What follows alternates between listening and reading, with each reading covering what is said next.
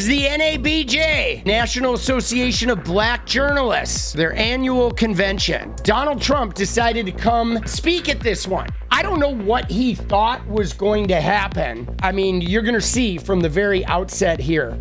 It starts off a little bit inflammatory. It definitely reminded me a lot of whenever he would get asked a hard question during COVID, his reaction would be so aggressive towards the reporters, especially female reporters. He responds to women reporters who ask him tough questions in a very aggressive and negative and resentful way. And he's always done that. That's been his MO, even making snide under his breath comments. Obviously, because Trump has had a long history of inflammatory relationships with the black community, I fully expected him to get asked some of these questions. He was the guy behind birtherism. He's made a lot of inflammatory statements about people of color. So naturally, these black journalists asked him about that.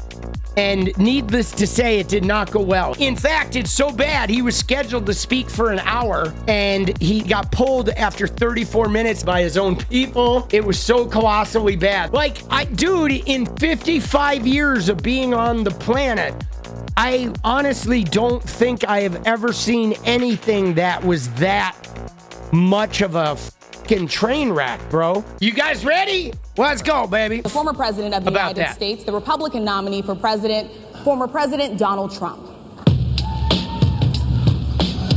Dude, well, the first thing I noticed, he's not getting any applause, bro. There's like a woohoo. You hear that? Dude.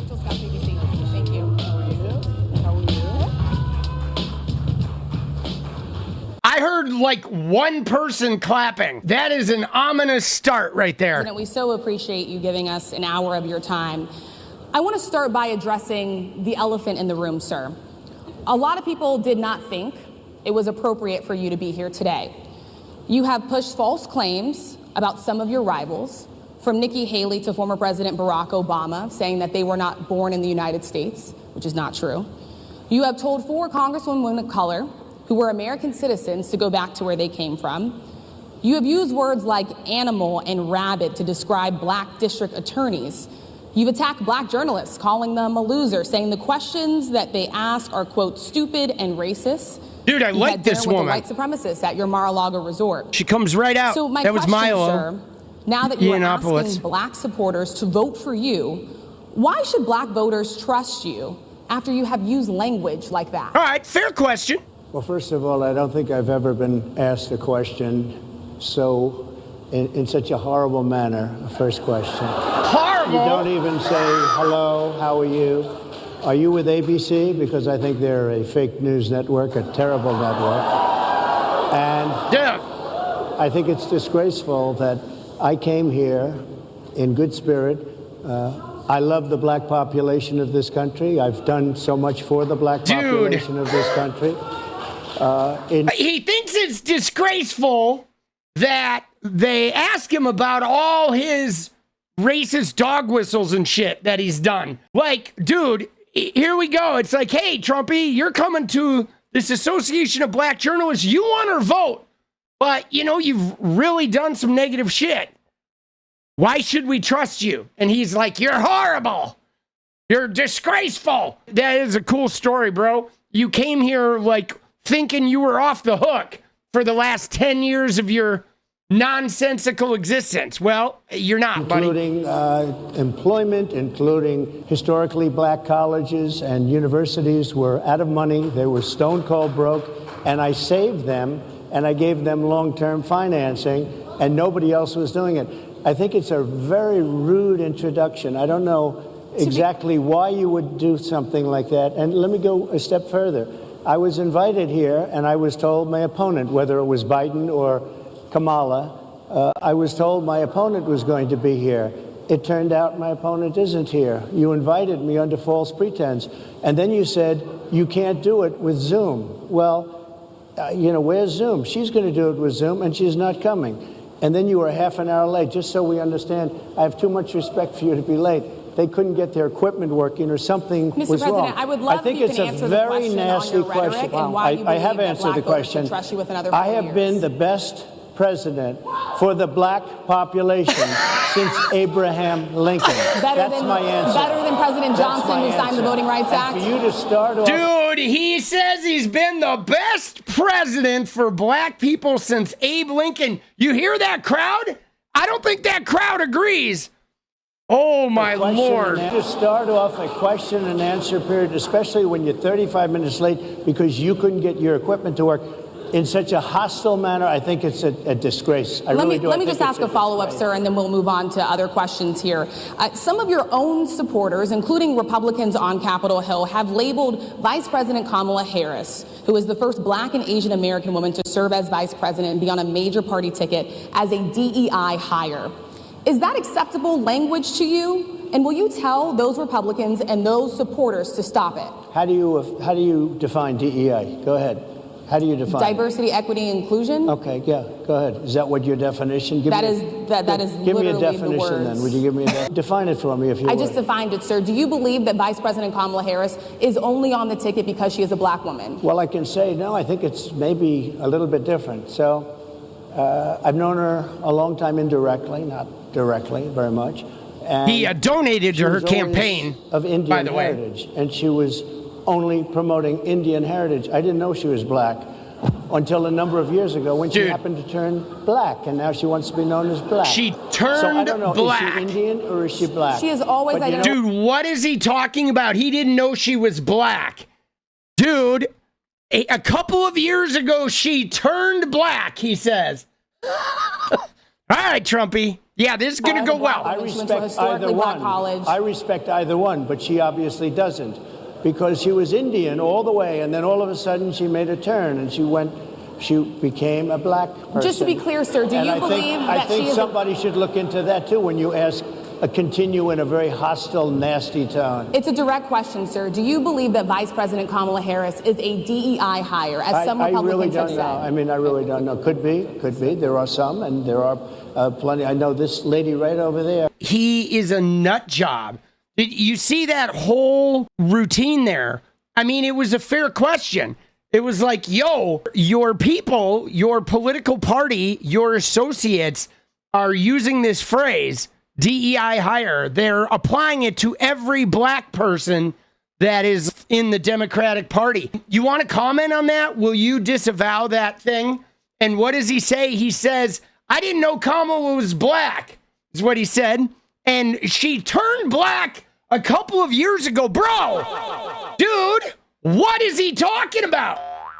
I mean, dude, Trumpy is not well. He's refusing to acknowledge her biracial identity. But not only does he completely disrespect her biracial nature, he's trying to make it seem as though some aspects of her racial makeup are things she's just made up. It's wild. That's how divided we are as a country. And as you were coming today, we really got to see that we are divided along the lines of race, along the lines of gender.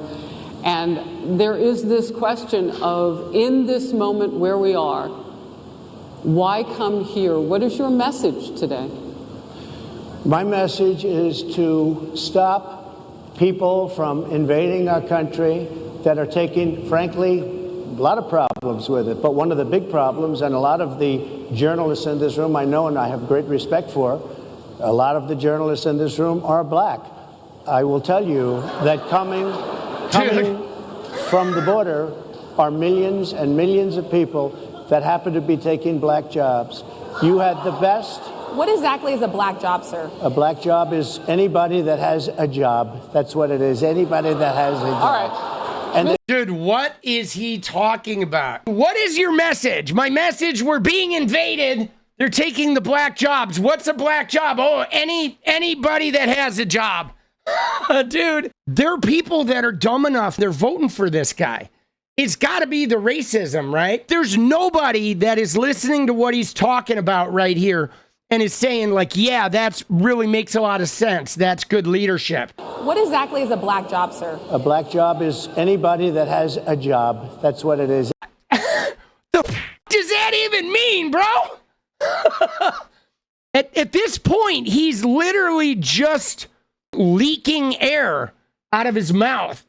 that is nonsensical. A black job is anybody that has a job. Thank you, Donald Trump. Thank you for making no sense. This shit is wild, bro. Money Management International recently released data from its mid-year analysis that we have found a 52% rise in people who are seeking counseling for being in credit debt.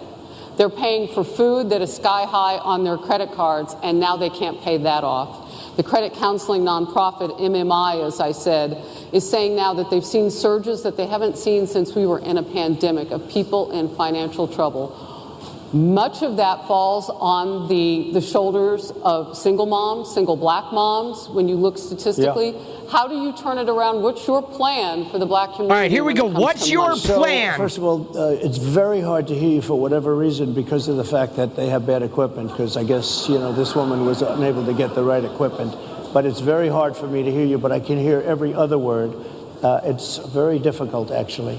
But so I don't know if they can fix it or do something with it. But so there we go. He insults the woman next to him for bad equipment, I guess. Right now, mind you, at every rally Trump does, his teleprompters don't work. That's a shtick of his. Every rally, he's like, "Oh my God, my teleprompters don't work. Maybe I won't pay the guy." Right? We've all heard it. But now he's like taking a shot at the woman next to him, who he doesn't like. He didn't like that she asked him challenging questions, so he's going to put her down about the bad equipment or something for probably maybe this whole interview. But, yeah, it's pretty crazy, boss. I'll do the best I can with it. The inflation is absolutely destroying our middle class. Okay, now, mind you, the question was, what's your plan to take care of the inflation? That's the question. Donnie, what's your plan, buddy? We know inflation sucks. The woman who asked you the question just told you it's causing a lot of credit card debt. People are seeking counseling. So let us know your plan. How are you going to fix this? Our working class, virtually every class. Inflation is a disaster in our country. Inflation is a country buster. It breaks every country. And we had, in my opinion, the worst inflation we've had. They say it's 58 years, but I think it's much more than that. It's been devastating. And if you just take a look at a lot of things they don't include, like interest rates. Interest rates went from 2.4% to 10%, and you can't get the money. People can't buy houses. They no longer have the American dream. Young people, young black people, they don't have the American dream anymore. They can't buy a house. They can't borrow the money because... We're aware of this. Again, what's your plan there, buddy? The cost of the money. It's a cool story, bro. Do you have a plan? Can't buy it because of the cost of housing, because of the cost to build it, because of inflation. Inflation is a disaster, and it's destroying our country, and it's destroying the black community. Okay, you've said it 4 times now. Inflation's a disaster. It's destroying our country. We asked you, what's your plan, Donnie? So what do you do? What's your plan? You know what we have to do? We have to bring down the cost of energy, and that's going to bring down the cost of inflation. This was all started with a bad energy policy.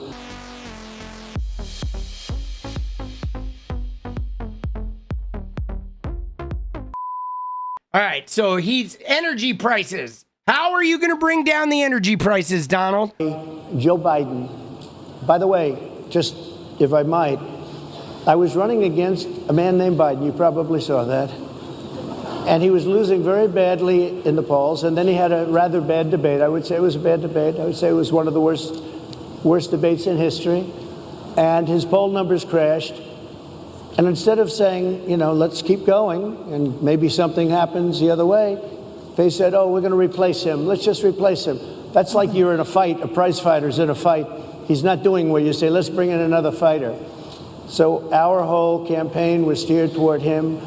Yeah, I'm not exactly sure what his campaign being steered toward Joe Biden has to do with fighting inflation, but maybe he's leading us somewhere. This is 4D chess coming in here. He's going to be like, so I was campaigning against Joe Biden and they replaced him. So therefore, I'm going to take Joe Biden's former presidential nomination and I'm going to put it into the gas tank of my car, which is going to create a space laser that Marjorie Taylor Greene is going to catch in a bucket, and that's going to reduce the price of all energy, and then inflation's going to fall because we're going to drill, baby, drill. Let's go! Trumpy is on one, bro. So, Sonia Massey, someone from Illinois, an unarmed black woman, was shot the other day in her home by a deputy sheriff.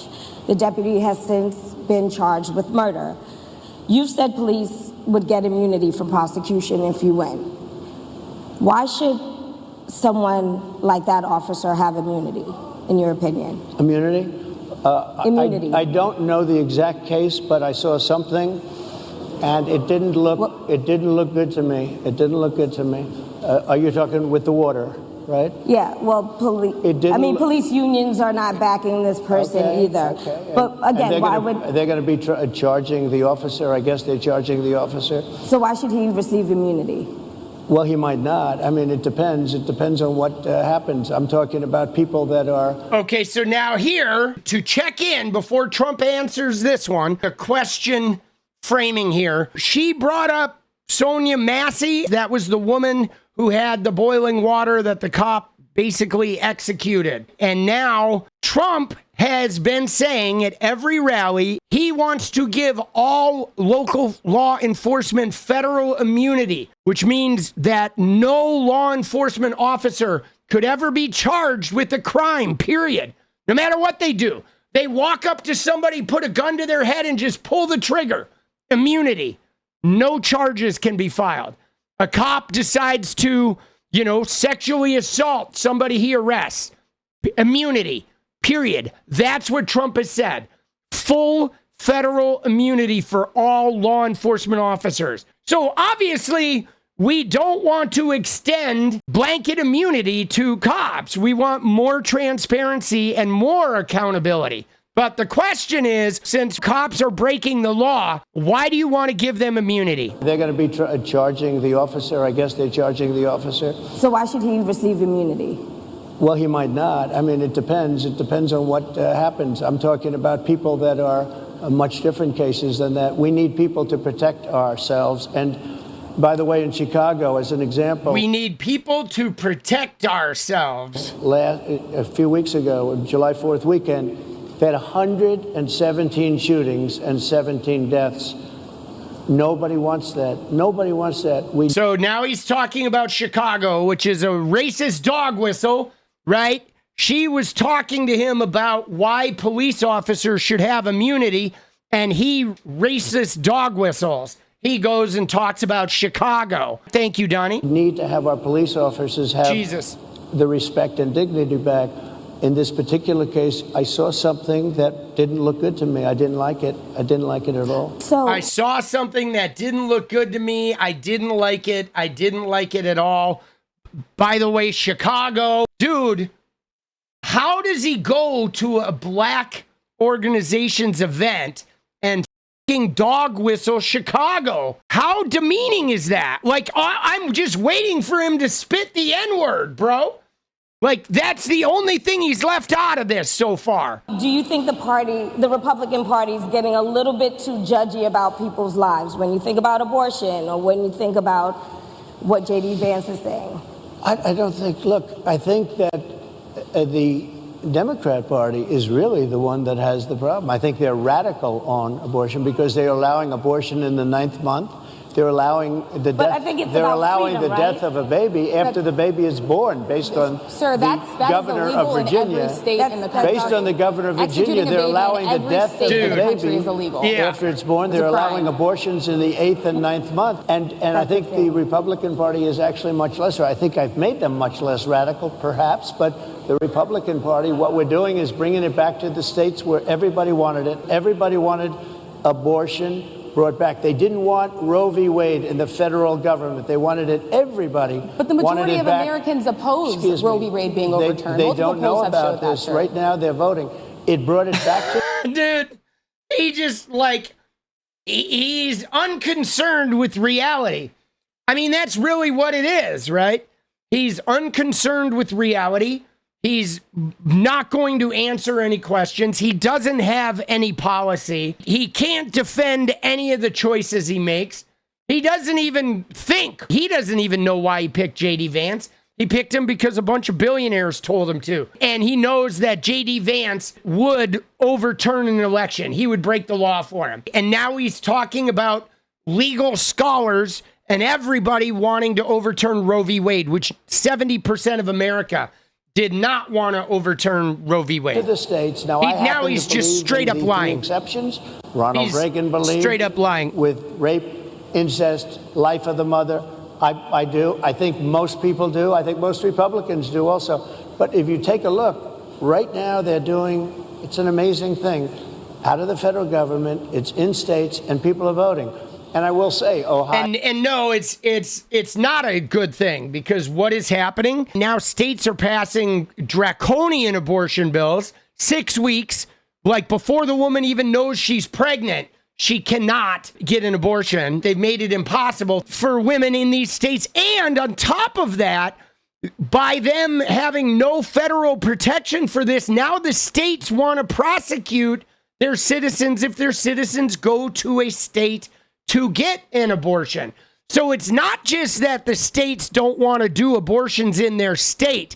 They want to prevent all the women in their state from accessing that type of care. If your state is preventing what you do in other states, your state is now operating on a federal level. Is it not? Donnie, answer my question, you nitwit. I want to hear, Donnie.